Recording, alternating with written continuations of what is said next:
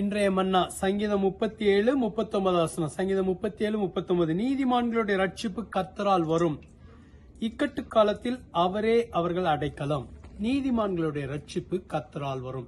சில காரியங்கள் கர்த்தரால் மாத்திரமே செய்ய முடியும், கர்த்தரிடத்திலிருந்து மாத்திரமே வர முடியும். இந்த இடத்துல சொல்லப்பட்டிருக்கு, நீதிமான்களுடைய ரட்சிப்பு கர்த்தரால் வரும். ரட்சிப்பு கர்த்தருடையதுன்னு வேதத்துல சொல்லப்பட்டிருக்கிறது. நம்ம நிறைய நேரம் நினைக்கிறோம், ஆண்டரை அறியாதவங்க தான் ரட்சிக்கப்படணும்னு. ஆண்டரை அறிந்தவங்களுக்கு பேர் தான் நீதிமான்கள். இயேசுவின் ரத்தத்தினால கழுவப்பட்டவர்கள் நீதிமான்கள். ஆனா அவர்களுக்கு வேண்டிய ரட்சிப்பும் கர்த்தரால் தான் வரும். அவர்களுக்கு வேண்டிய விடுதலை, அவர்களுக்கு வேண்டிய சமாதானம், அவர்களுக்கு வேண்டிய வழி நடத்துதல் ஒவ்வொன்றுமே கர்த்தரால் மாத்திரமே நமக்கு கொடுக்க முடியும். கர்த்தரிடத்திலிருந்து மாத்திரமே வர முடியும்.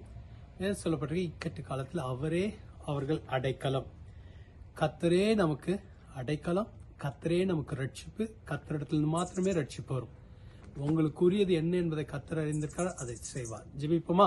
எங்களை அதிகமாக நேசிக்கிற நல்ல ஆண்டவரே, இந்த வேலையில உம்முடைய ரட்சிப்பு எங்களுக்கு கிடைப்பதாக, உம்முடைய அடைக்கலம் எங்களுக்கு கிடைப்பதாக. நீரே எங்கள் அடைக்கலம், நீரே எங்களுடைய ரட்சிப்பு, நீரே எங்களுடைய நம்பிக்கை. நீர் ஒருவர் மாத்திரமே எங்களுக்கு வேண்டிய சமாதானத்தை தர முடியும். நீர் ஒருவர் மாத்திரமே எங்களுக்கு வேண்டிய பலனை தர முடியும். நீர் ஒருவர் மாத்திரமே எங்களுக்கு வேண்டிய நன்மையை செய்ய முடியும். கர்த்தர் ஆசீர்வதிப்பீராக, கர்த்தர் பெருக பணிவீராக, கர்த்தர் பலப்படுத்துவீராக, நன்மைகளை செய்வீராக. ஆசீர்வதி வளர்த்து இயேசுவின் மூலம் ஜெபிக்கிறோம் பிதாவே, ஆமென். கர்த்தர் உங்களை ஆசீர்வதிப்பார். ஆமென்.